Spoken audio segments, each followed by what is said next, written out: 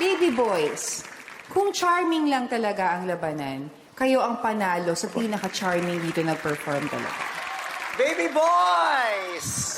I love baby boys. Congratulations, you belong here.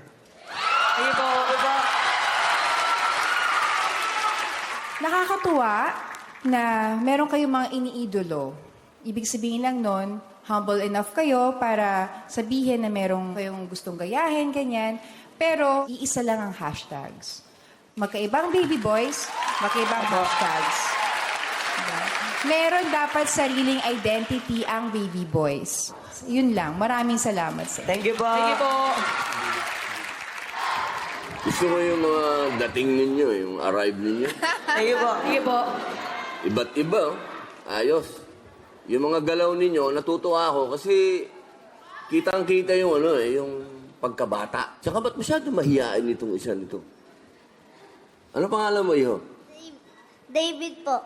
David! Ang galing ng buhok mo. Pwede ko bang gayahin yung buhok mo? Opo. Lapit ka nga, anak. May tasya ba dito yan?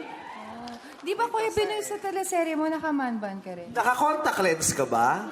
Ang ganda ng mata mo. Ang galing mo. Ano po? Ang cute lalo sa malapitan. Ano pang arrive, anak ha? Papagaya ko yan. Ang tangos ng ilong mo. Ang ganda ng ilong mo. Tsaka kamukha niya si Daniel, ano? Oo. Mukha mo nga si Daniel. Thank you, anak, ha? Thank you, anak. Ano Ang pangalan ganda mo, ng anak? mata. Oh. David po. David. David. David. Oh. Pag malapitan, ang ganda talaga ng mata. Siguro ang bongga niya kung 4 yan. Alien? Alien. Oh, bilib ako sa inyo, mga anak. Oh, bilib ako. Thank you po. Sige po. Ngayon naman, syempre, siyang aming star maker dito, Mr. FMG. Hello po.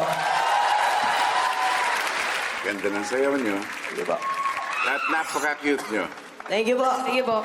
Marami kaming in-audition dito, but I think you're better dancers than the adult ones. Thank you po.